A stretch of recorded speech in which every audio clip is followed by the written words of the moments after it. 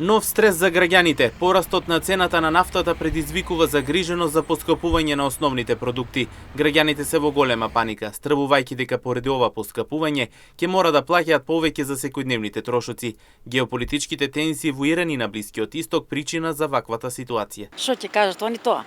Јас како жена ќе иш, ако имаш пари ќе купиш, ако не ќе си одиш. Психички паѓа човек кој има така, кога чуеш, знаеш, ќе се кажува нешто, прво удар на психиката.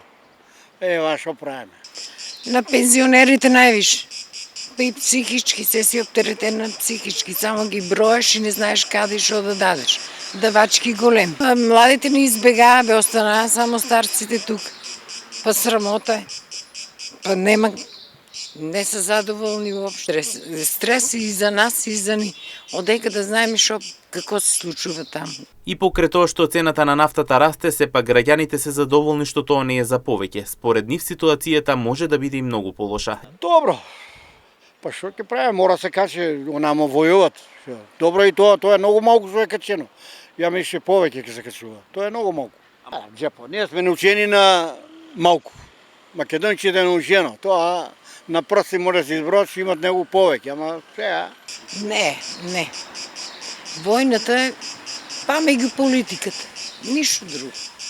Они се договарат кај шо и народот страда. Инаку геополитичките тензии на Блискиот Исток продолжуваат да предизвикуваат загриженост, но во овој момент и покрај стресот граѓаните се надеваат дека ќе може да се справат со нивните економски предизвици.